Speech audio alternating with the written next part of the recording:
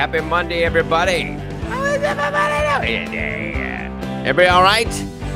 Hello. Good morning, everybody. Yeah. I hope that your weekend has started out, or you had a great weekend. Your week has started out great. Got some rest. Little reviving, that kind of thing. Glad you're here today. All right. Yes. As everybody pops in. Hope you're doing well. Yeah, it was pretty interesting. Pretty good weekend. We got some things to talk about today. A lot of interesting happenings. A lot of interesting happenings on the coronavirus front. Oh yeah, you're gonna want to see this, and it's all playing out exactly as everybody thought, not what was told to us. So there you go. Hey, this is Nick Stewart. This is Sunrise and Rosa. Welcome. Telephone number to call is 850-771-0049. Glad you're here. And glad I'm here. All right. Your forecast for today. Cloudy, earlier scattered thunderstorms developing this afternoon, high near 84. Chance of rain 60%. Holy smokes, it was warm last night. It's like a warm, wet blanket. Tonight, partly cloudy, late night showers with thunderstorms, low near 75. Chance of rain 50%. And then tomorrow for your Tuesday, thunderstorms in the morning, then partly cloudy later on, high near 86. The chance of rain tomorrow, 70. It's 71 in Milton, 77 Gulf Breeze, 75 Navarre, and 73 in Pensacola. Oh, it's Monday. Yep. It's good to have you with us today. In spite of everything that the government's trying to do to us, smile. All right. Taking your phone calls, 850-771-0049. And, there's, I don't want to get ahead of myself. I don't, because that would be wrong. Good morning.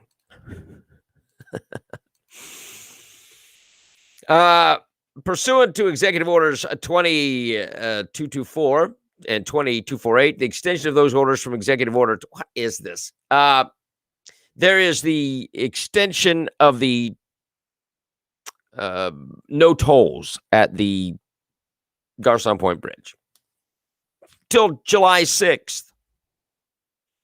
The extension allows the Garcon Point Bridge to continue serving an alternative route while the Pensacola Bay Bridge is being repaired from damage. So even though it's open, it's people are using it, they're going to waive the toll on the Garcon Point Bridge for another month till all the lanes get open. So there you go.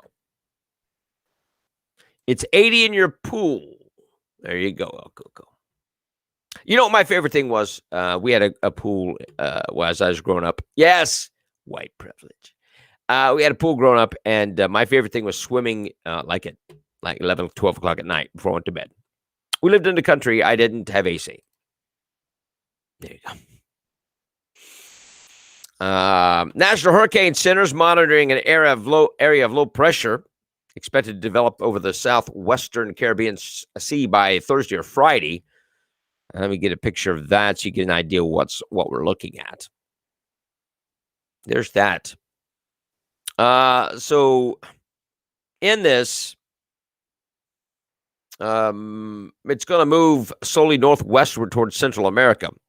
Formation chance through 48 hours, low, near 0%. Formation chance through 5 days, low, 20%. But it's, I don't know why they do this, because we get these, this stuff is going to happen. Some of them go out to sea and they just,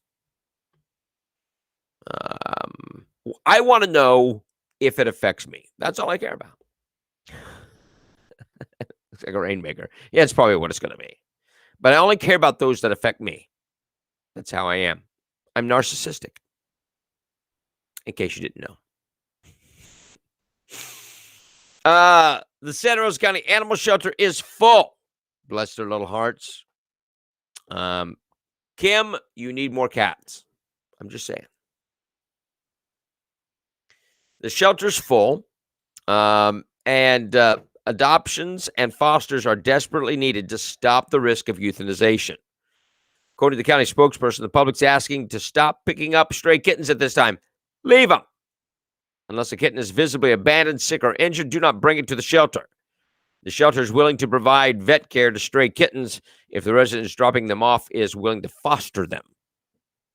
Santa Rosa County Animal Shelter is currently at full capacity, over 300 animals receiving care. The recent addition of a foster care program has been a large relief.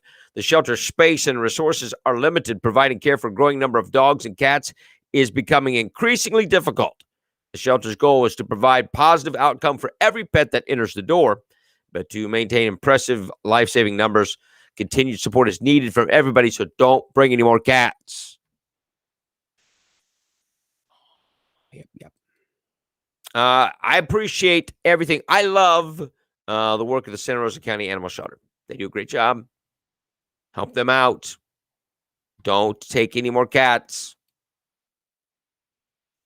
All right. A 4-year-old boy who was transported after a possible drowning on Tuesday has died. The victim, Jaden Peters. Let me see. I got Jaden's picture here. This is Jaden Peters. He passed away on Saturday, 4 days after he was rushed to the hospital after being found in the pool unresponsive. Escambia County Sheriff's Office says the incident happened Tuesday at a home on Rockaway Creek around 6:30 p.m. He was found face down in a small pool after playing with siblings in the backyard. Now, there was a GoFundMe set up for $10,000. They hit the $10,000 mark. Kim says she's currently fostering cats for Santa Rosa County Animal Shelter. You need to do more. Pray for that family. That's difficult stuff. And then, not only that, there was a 5-year-old was rushed to the hospital Saturday night after possible drowning in Navarre Beach. First responders were called out to the Navarre Family Water Sports around 7 p.m. in reference to a missing child. When they arrived, the fire rescue found the child in the water. He was transported by EMS to Navarre ER, was airlifted to Sacred Heart. The child was unable to be revived. And here is that child from Kentucky. These are, watch your kids. And I'm not putting the blame on anybody. Things happen. But it's sad. It's always a very sad thing. Yes. Pray for these families. This is difficult times for them. 850-771-0049. All right. This is weird. According to the U.S. Senate Committee on Small Business and Entrepreneurship, there are now over 4 million minority-owned companies in the U.S. and more are headed to Northwest Florida. Escambia County is hosting the first Minority Business Expo on Saturday, June 26th. The goal of the event is to connect minority business owners with local government agencies. Now, is this, when you shut out white businesses, is that racism? If you had a white If you had a white business owners expo, that would be racist. But they have a minority business owners expo, which I would imagine no white businesses are allowed. That's a problem. This is all backwards, and you understand how this works. And I'm not saying it is racist. It is racist. And I'm not saying that there are not struggles for minority. I'm not saying that at all. I'm just saying when I go into a business, I don't look to see what the race is. I don't. I don't look to see who owns it, because that's racist. If they have a product I want, I go buy it. That's the way life works. And I don't think that we ought to be setting up winners and losers based on race.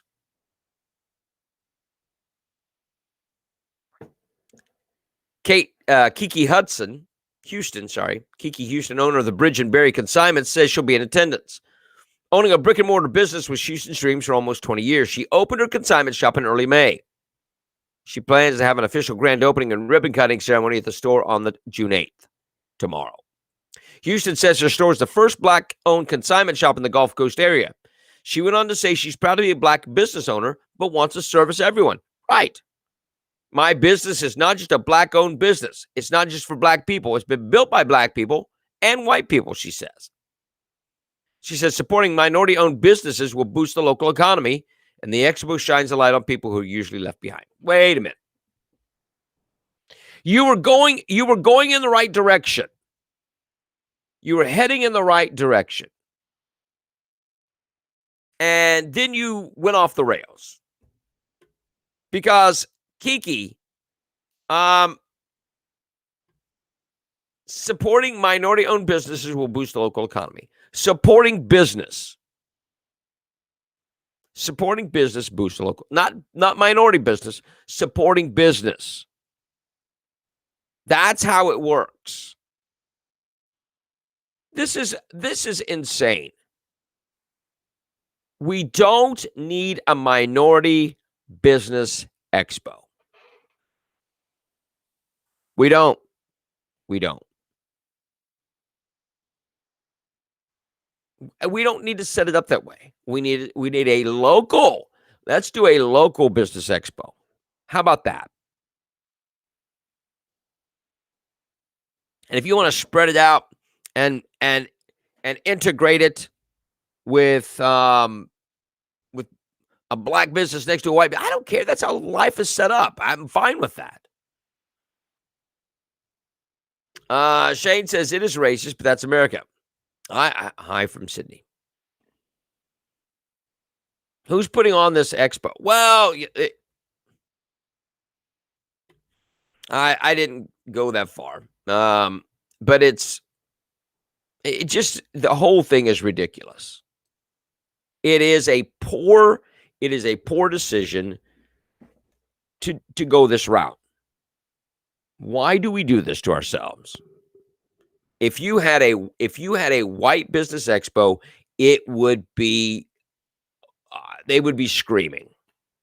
They'd be demanding blood because you're excluding minorities. Now they're having a minority business expo, and I can't imagine that they'd be having white businesses in there because it's a minority. Why do you do that? Why are you pushing racism? That is pushing racism. I don't get it. 850-771-0049. I hate this kind of stuff. Getting public records from Muscogee County might be more expensive after commissioners voted 4-1 last week to require the county attorney to review every records request about them or their districts before being released. Hey, Santa Rosa commissioners, listen, you aren't the only corrupt ones out there. This is another 4-1 kind of thing. The move could potentially run afoul of the Florida public records law if applied so broadly. Pamela Marsh, executive director of the Florida First Amendment Foundation, told the News Journal that requiring legal review of every public records request undermines the presumption of openness called for in Florida's open records law. Commissioner Steve Berry, who is in a pickle, asked for the change after the county fulfilled a records request for the commissioner's election of benefits forms from 2012. The forms originally included his Social Security number, but the number was redacted in the form that was released. Berry found out the county had released them after they were posted on social media in response to his proposal for a back plan for commissioners and senior staff who said weren't told about the existence of a lucrative retirement plan at the county when they took office.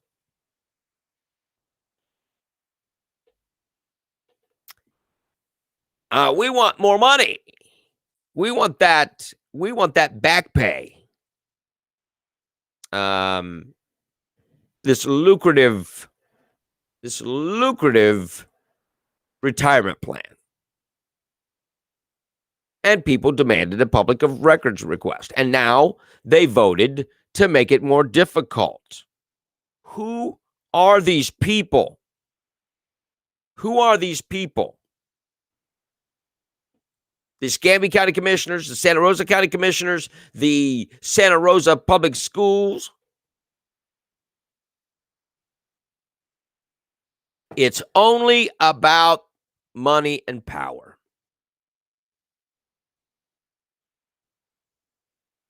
Holy smokes, man.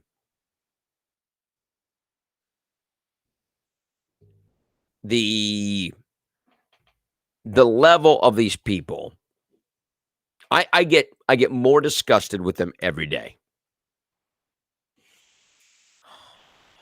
Governor Ron DeSantis signed 24 bills into law late Friday, including a measure that limits local impact fees imposed on builders and developers to help pay for infrastructure and to handle growth. The impact fee measure drew opposition from growth management organization 1,000 Friends of Florida, which on Thursday urged members to call DeSantis to veto the bill. The law, which took effect immediately upon DeSantis' signature, prevents local governments from increasing impact fees more than once every 4 years and limits the increases to 50%. Increases between 25 and 50% would have to be spread over 4 years.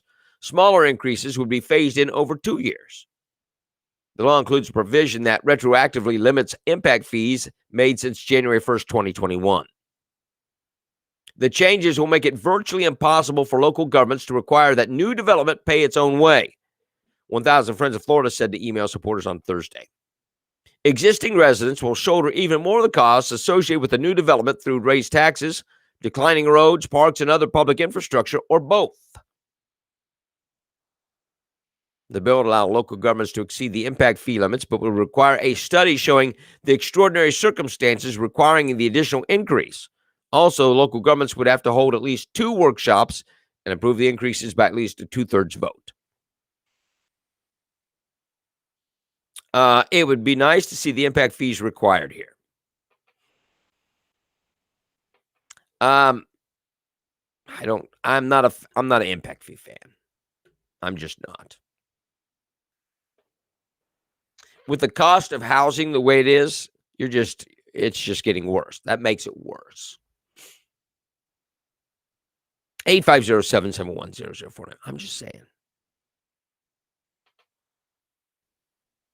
A city commissioner in Lake Wales was arrested after removing an 11-year-old child from his home without permission and threatening him with a gun. Polk County deputies arrested Kristen Fitzgerald on Thursday. According to the arrest affidavit, Fitzgerald is not a caregiver or related to the child. Sheriff Grady Judd said Fitzgerald arrived at the friend's home on Wednesday, where she took the child without getting the parents' permission. On the cell phone, she told the friend's 11-year-old to come outside and get in the car. He explained that adding the child knew Fitzgerald. He thought, I finished school, I got good grades, maybe she's going to give me some money or a present. After the child entered the vehicle, they handed to Struthers Honey in Wales, Sheriff Judd said. That's when Fitzgerald asked the boy if he inappropriately touched another child she knew. Fitzgerald said that the incident happened last year. Judd said the child denied it, but the detectives are following up on the allegations.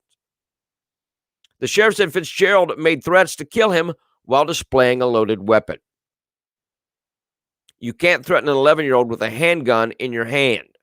She literally petrified him, scared him. The city commissioner was out of line and should give everybody a pause if she's making decisions for the city of Lake Wales. During an interview with detectives, the child told them that she threatened to kill him and bury him alive. Judd said when detectives spoke to her, Fitzgerald said the conversation went differently. It wasn't quite like that. I didn't say I was going to bury him alive. I just said I was going to bury him. Oh, okay. That makes it much better. Oh. All right. I didn't like having to pay more taxes for the increase that growth causes. I got it, but it brings we live in Oz, free Medicare, along with many countries. Just bragging. And is that a bragging right? Free Medicare? I don't know if that's a bragging right. Someone has to pay for this, such a thing. There's no such thing as free lunch. Yeah. It comes out of the taxes. I understand. And if you pay the taxes, it's not free. Everybody pays for it, even people who don't use it. The people who don't use it pay for it. Anyway, but can you imagine a city commissioner getting a child out of his home and threatening him with a gun? Oh, I didn't say I was going to bury him alive. I just said I was going to bury him. Oh, that makes it so much better. Wow.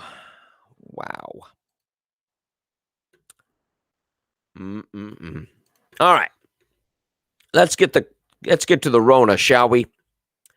Alameda County in Northern California, a county that includes the city of Oakland, has revised their COVID-19 data methodology, resulting in a massive 25% decrease in the reported COVID-19 cases. They did a revise in the methodology, and it decreased the number of deaths due to COVID by 25%. The death toll from COVID-19 in Alameda County decreased from 1,634 to 1,223 on Friday after officials updated their methodology, now only including people who directly died from COVID in their count, as it should have been. Previously, Alameda County officials included in their death toll any resident who died while infected with the virus, not just those individuals who died directly from COVID-19.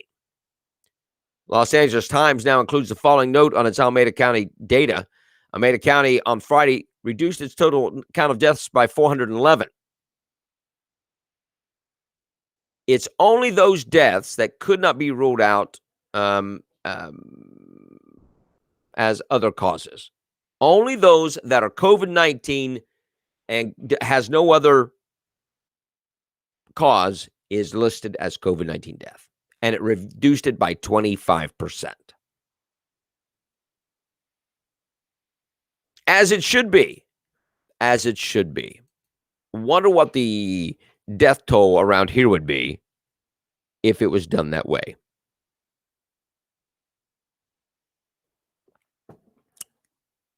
Think about that. 850-771-0049.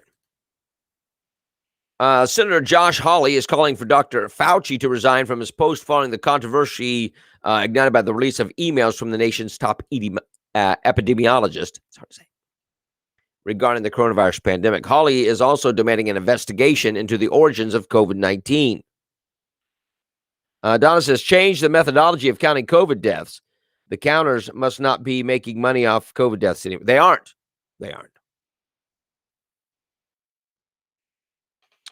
Fauci's recently released emails and investigative reporting about COVID-19 origins are shocking, Hawley said on Friday, and called for him to step down as director of the U.S. National Institute of Allergy and Infectious Diseases. This time has come for Fauci to resign and for a full congressional investigation into the origins of 19 and into any and all efforts to prevent a full accounting. The public deserves to know if persons within the U.S. government tried to stop a full investigation into COVID-19, as recently reported. Congress must also find out to what extent Fauci's NIAID was involved in financing research at the Wuhan Institute of Virology. More than 3,200 pages of Fauci's emails were made public via Freedom of Information Act requests from BuzzFeed. There are numerous concerns regarding Fauci's emails, including his position on wearing face masks at the beginning of the COVID-19 pandemic. There are also questions about whether Fauci colluded with other top health officials to bury the theory that the coronavirus was created in a lab and escaped. Hawley is demanding a full congressional investigation into the origins of the virus. I know, I do too, Katie. These stats are hard to believe. They are skewed. I know, Justin. But they smell blood in the water. They smell weakness. So Hawley is calling for an investigation. Now, this is interesting. Fauci responded to the controversy surrounding his emails on Friday, denouncing renewed criticism of his job performance and pandemic-related decisions as anti-science. You're anti-science. Speaking with MSNBC host Rachel Maddow, who I find him hilarious, Fauci claimed criticism of him as really a manifestation of anti-science attitudes. What is the thread going through? What's happening now is very much anti-science approach, Fauci said. I mean, it is what it is. I'm a public figure. I'm going to take the arrows and the swings, but they're just fabricated. Really? Don't pay attention to those emails. Just ignore those things. Ignore those things. I said it's science. It's fabricated. Mm-hmm. Do you trust anything these people say? I don't. Yeah, they deny the emails. It is a right-wing conspiracy. That's what they say. But we have proof. And it's interesting how the conspiracies from the right are all playing out. Don't trust them at all. I don't trust anything they say. I can't believe anything that comes out of Fauci's face. This man is a liar. This man is a fraud. And he needs to be prosecuted. I know. And it's sad. It's sad. Listen, whether it's Washington, D.C. or Santa Rosa County Commissioners or the school board, these people are in it for power. And if you are not done with it, there's something wrong. You got it. It's one day it's one mask, one day it's three masks, one day it's no masks. I know. It's just, I don't know if it's his voice, his height. I don't know what it is. But he's creepy. 850-771-0049. It's science. They're anti-science. If you don't believe what I say, you're anti-science. Creeps. Former U.S. Centers for Disease Control Prevention, Dr. Robert Redfield, says he received death threats from fellow scientists after saying he suspected that the CCP, the Chinese Communist Party, the virus originated in a Wuhan laboratory. Redfield told Vanity Fair in an interview published on June 3rd that he received a significant amount of backlash after he told CNN earlier this year that he's a proponent of the theory that the virus leaked from the Wuhan Institute of Virology in Wuhan, contradicting the official narrative espoused by the CCP, saying he was threatened and ostracized because I proposed another hypothesis, because that's science, and they threatened him because that's anti-science. I expect it from politicians. I did not expect it from science, he said. Grouchy Fauci. There you go. You know. An epidemiologist and professor at Stanford University said Friday that Dr. Fauci's credibility is entirely shot after revelations from his email show a reversal on one subject of mask wearing to prevent COVID-19. He's been all over the place on masks, said Jay Bacharata. I can't even pronounce the last name. He's a professor of medicine at Stanford. He's on the Ingram angle. There are emails you can find in the treasure trove of emails that have been released where he acknowledges the virus has been aerosol. Oh my. Put into an aerosol. As well as a mask of people who have been recommending they're not particularly effective against aerosols. Oh, I can't even pronounce that word. Aerosolized viruses. Thank you. So he has no credibility on the thing that he has based his whole career off of. When is this guy's 15 minutes over? You're right. So Redfield's been threatened by scientists who get money from China. And the public. We pay them. I understand, Rose. I agree on this whole COVID thing because we are being proven right. You and I are being proven right every day. So let's just wait and see where it lays. See where it comes out. But we need to demand answers because we're not getting any answers. But we need to demand answers. This guy, when's this guy's 15 minutes over? I'm tired of seeing his stupid mug on the TV and hearing his that voice. I can't stand it. He thinks he's important. What has he done? What has he done besides causing the virus to gain a function in the virus? Yeah, he did. He did. Stephanie, you are correct. He predicted the Trump administration would go through a pandemic, and he created it. He helped create it. He funded it. It was a plandemic. I think you are not wrong. It's funny how it happened in an election year.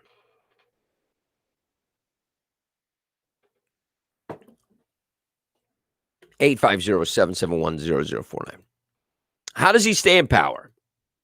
Well, you've got morons in the media who put him on and talk to him. And you've got the Biden administration in power now. Trump didn't trust him. Trump didn't trust him at all. But he couldn't fire him in the middle of that thing. You know what kind of crap storm that would cause. But he stays in power because the left can use him. And that's how it works. What? The people who are selling the panic are also selling the cure. Oh, he's older, so I can take him. And I fight dirty, so I can do that. Let's do it. Let's do a throwdown. 850-771-0049. I do fight dirty. All right. So Kamala Harris, the presumed vice president, she had a diplomatic trip to Guatemala and Mexico, got off to a bumpy start Sunday after a plane was forced to return to Joint Base Andrews in Maryland about 25 minutes after it had taken off. Air Force Two landed safely. Spokesperson Simone Sanders told reporters the plane returned because of a technical issue, said there was no major safety concerns. I'm good, Harris told reporters after getting off the plane. We all said a little prayer, but we're good. Harris's 2-day trip to Central America, her first foreign trip as vice president, is part of her efforts. Her efforts to lead diplomatic talks to tackle what the administration describes as the root causes of the crisis at the southern border. I think the root causes is Joe Biden opening up the southern border. Why don't you stay home and fix that? President Joe Biden appointed Harris in March to lead the diplomatic outreach, just as the administration was dealing with a massive surge in migration at the border. We are now 76 days without a news conference on the border crisis from Kamala Harris, who was tapped to handle that crisis.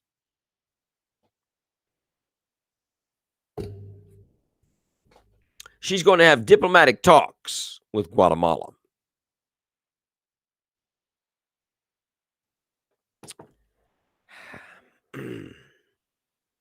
Brian Stetler was mocked Sunday for a seemingly softball interview with White House Press Secretary Jen Psaki, in which his first question centered on what the media gets wrong in covering the Biden White House.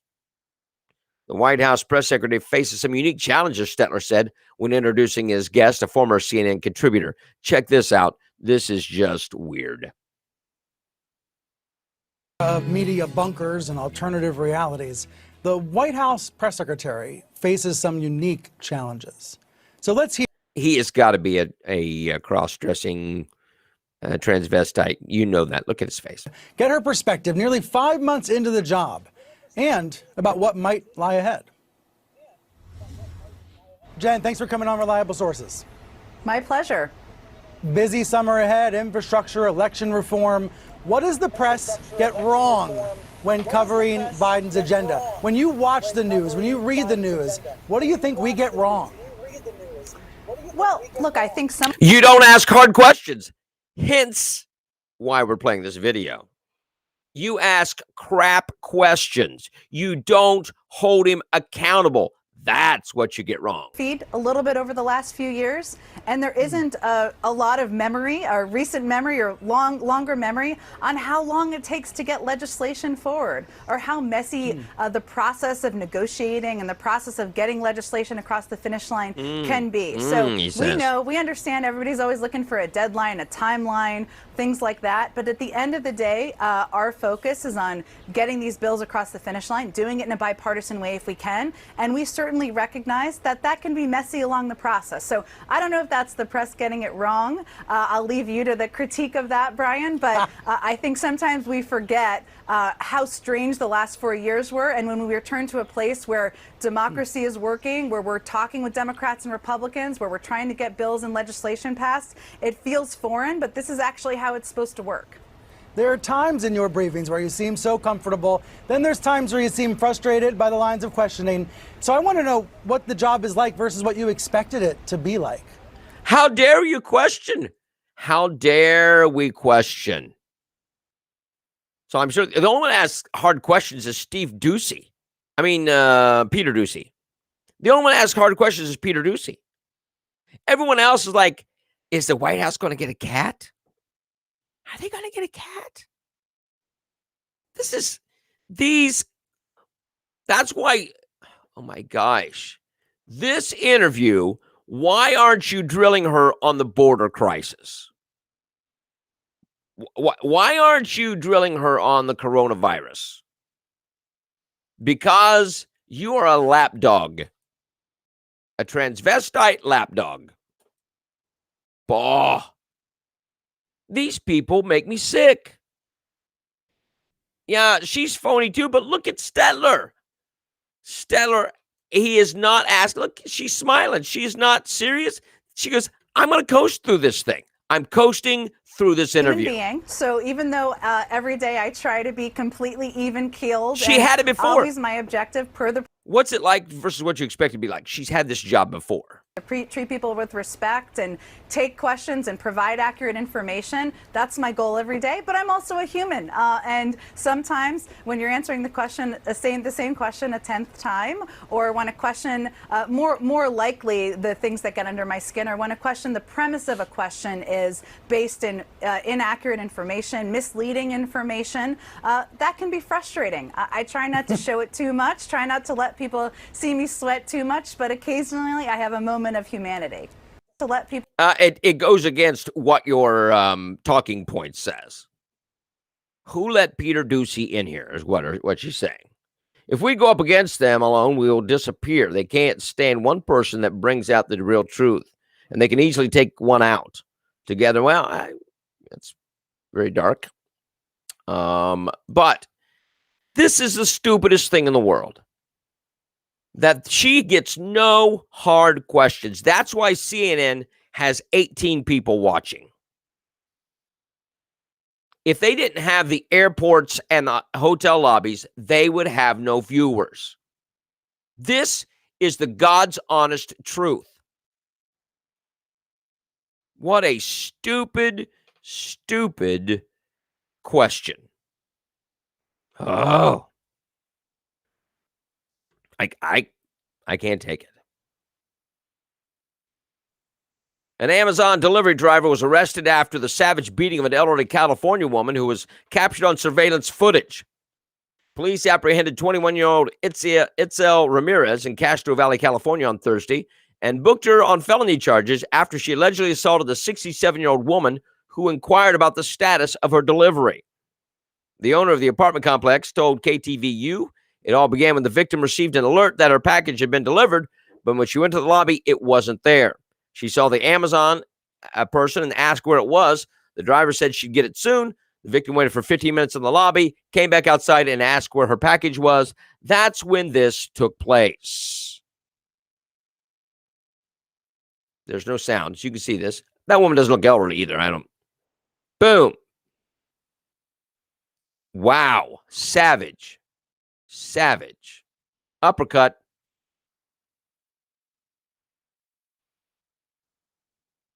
Now, the woman is pretty calm here.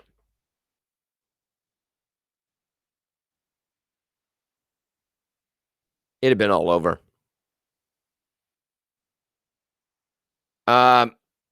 Wow, that is pretty brutal. And then they just get back to just talking. Now, she's giving her fire. I'm going to deliver the packages now. That was a brutal beatdown. Holy smokes, people. Why is it always go to that? She said white privilege. That was when the woman was beating her. The Amazon driver was beating her. She said something about white privilege. I'm waiting on my package from Amazon. Why is that? Punches, delivering punches. Because those were ball-fisted punches. She wasn't slapping her. She was punching her. But she called her a Karen kind of thing and said it was white privilege. Let me tell you something. Just because the woman ordered something from Amazon does not mean it's white privilege. And if she didn't order from Amazon, you wouldn't have a job, freak job. Oh, what is wrong with these people? What is wrong with people? It always has to come to blows. I don't get it. All right. So last week, I didn't get to this on Friday, but there was these two kids, a 12 and a 14-year-old. They escaped from a juvenile detention center. Did I play this? I know I thought about it. But I want to show you the video, the police video, because they said, oh, well, shouldn't have shot this child. This 14-year-old girl, she died. They broke into a house, got some guns, and had a shootout with police. Gun pointed toward me. I have to hold my cover. Stand by. Juvenile male looks like he has something in his hand as well. Now, those are shots come from the house, from the juveniles, the 14-year-old and the 12-year-old. Toward my direction. Stand by. They're trying to come out the back door. Okay. No weapons in their hand. They just busted out the window in the back. Female has a shotgun in her hand. Stand by. Put the gun down now! Hey guys, just hold behind hard cover. Let's not shoot these kids, man.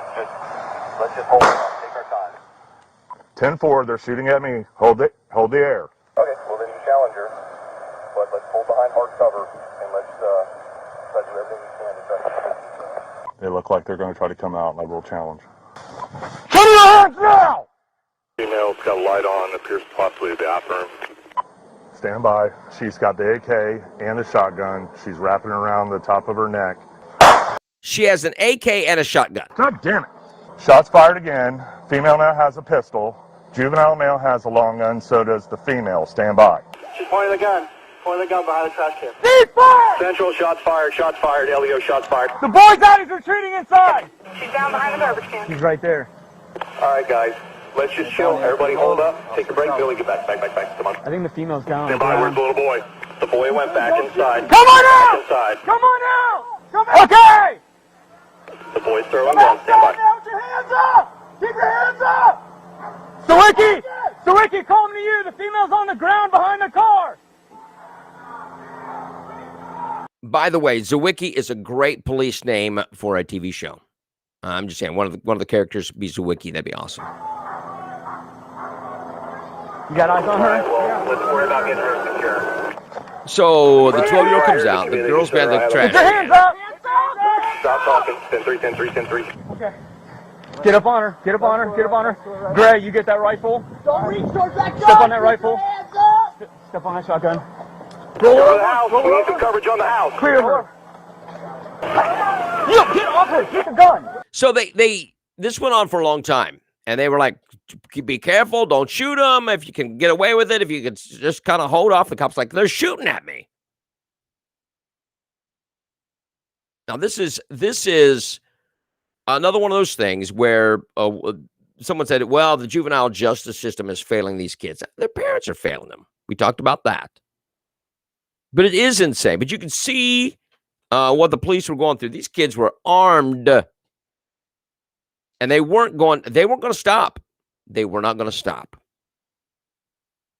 And it's brutal. It's terrible. But wow, it is insane, Justin. It is insane. Bonnie and Clyde.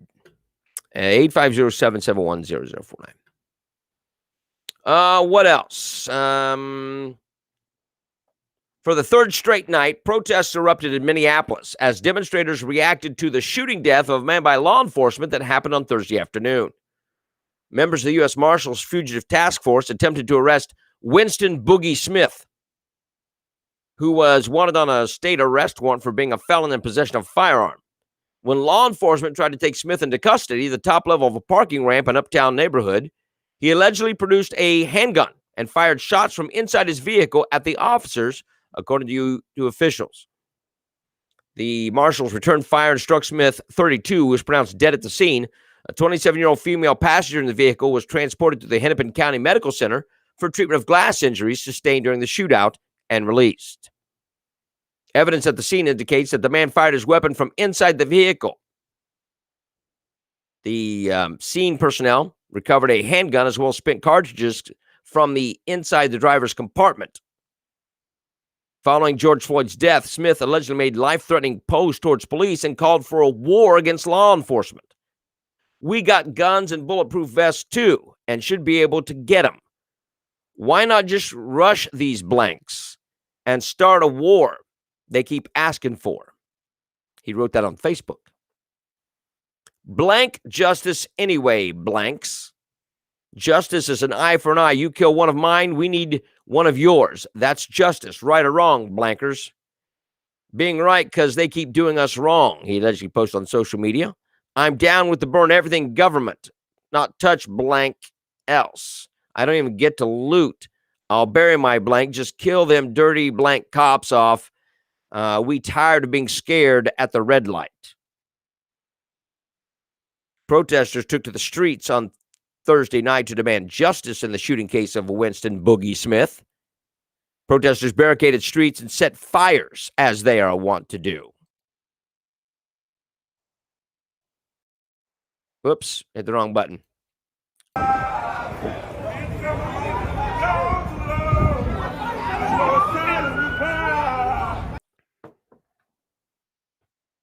So there you see.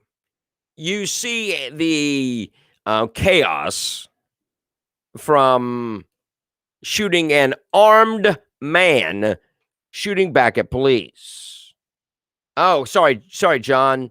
The young girl was shot several times and survived. I apologize.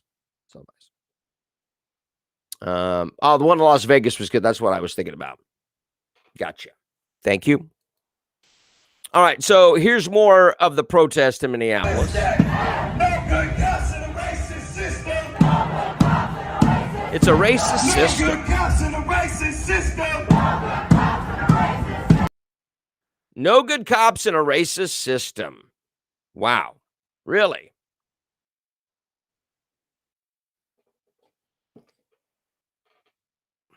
This guy was wanted on weapons charges. And he had a weapon. And he fired at police. And they are you can protest on legitimate things. The George Floyd thing wasn't legitimate. He was resisting arrest. I'm not saying the knee on the neck was right. Not saying at all. They didn't shoot him.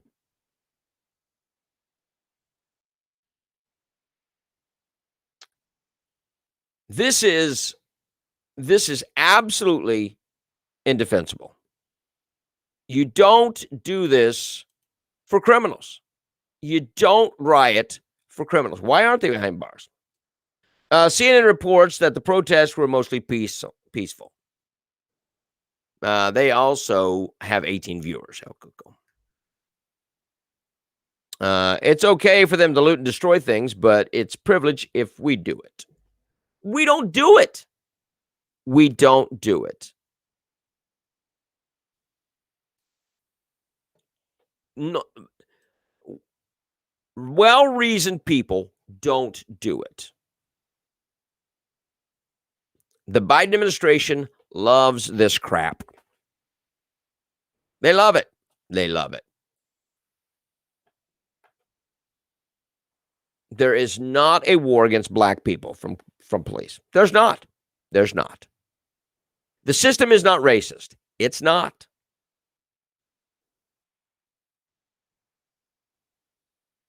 And now you have criminals, absolute criminals that are going firing on police officers, and when they get what they give, there's riots. The children were white. Well, I know. Now, Justin said last week that if they were black kids, they'd be dead. I don't agree with that. I don't agree with that. The system is not racist. There are black cops. There are black cops. Oh, are they Uncle Tom's too? Why is everything geared this way? Why do they gear? Because it fits what they want. They can get all the coverage. It fits the White House narrative. Look, Joe Biden totally ignored D-Day. But he did celebrate the massacre in Tulsa. He totally ignored D-Day. Why? Because racism works for him. It worked for the Obama administration. It works for Joe Biden. The Democrats love racism. It makes good fodder because they have nothing else. Divide and conquer, divide and conquer, divide and conquer.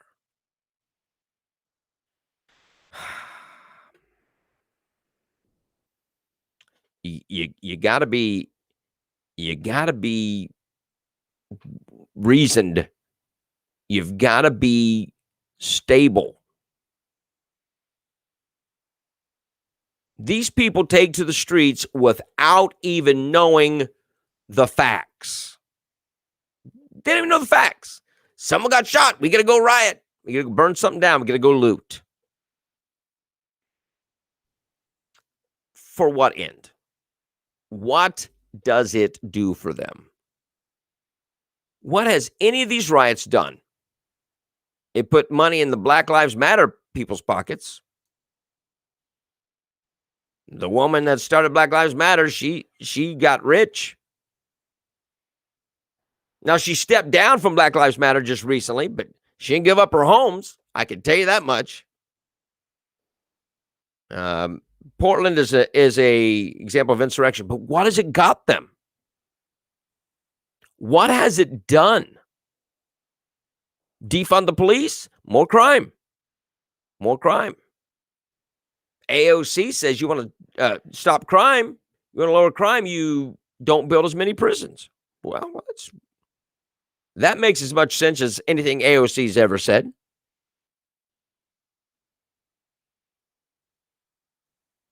You have to stop thinking of things in a racist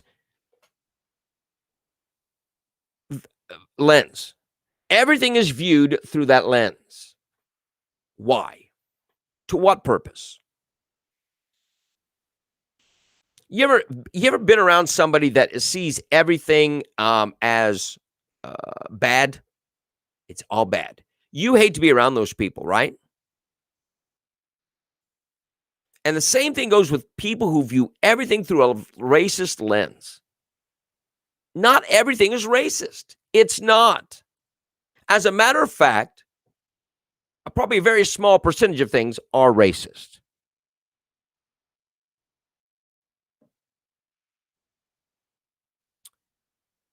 Stop looking at things that way. Just like somebody who sees everything as a conspiracy. Not everything's a conspiracy. A lot of things are, but not everything. It's like going to a restaurant and eating at a restaurant with someone who's been in the restaurant business. Oh my gosh, that's the worst.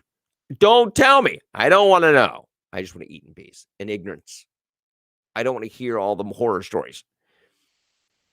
They see things that way. And I don't want to be around people who see everything as a racist attack. Stop it. Your white neighbor, the only difference between you and him, he's white. I disagree with this mindset. They're not all, look, unless they're in government, they're not out to get you.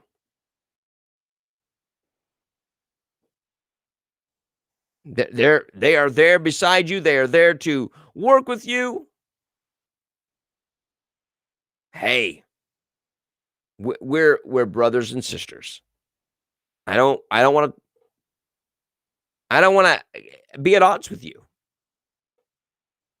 I don't dislike you because of the color of your skin. You shouldn't dislike me because of the color of my skin. There are so many other reasons to dislike me. The color of my skin is probably the least of your worries. Grow up. Grow up. Stop being that person. And anybody who points you to that direction, like the government, dismiss them. Those people are bad news. Anybody who starts pointing everything as racism, they cannot be trusted. I do not like this minority expo. That's wrong. That is a wrong mindset. God doesn't see color. It's a wrong mindset to have this minority expo. I'm all for minorities owning business. But when you do that, you are increasing racism. If you got down to it, people don't want to be seen as it's a white business, a black business, an Asian business, an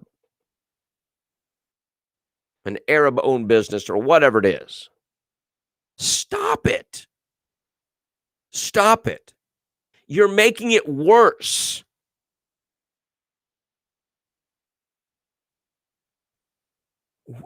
Only we can do this. And anybody who starts this racist nonsense, tell them, stop it. Stop it. I don't want to hear any of your nonsense because everything comes from you is from a racist lens. Take those glasses off. Stop being that person. Stop being so over the top racist. When you start screaming racism, that's when I have to look at you a little differently and go, maybe you're the racist. All right, kids, that does it for a Tuesday. I'm sorry, Monday. We'll be here tomorrow for Tuesday, I think. It depends. No, we should be here. All right, like the video, share the video, and we appreciate you. Be looking for more stuff coming locally. These people that are in power cannot be trusted.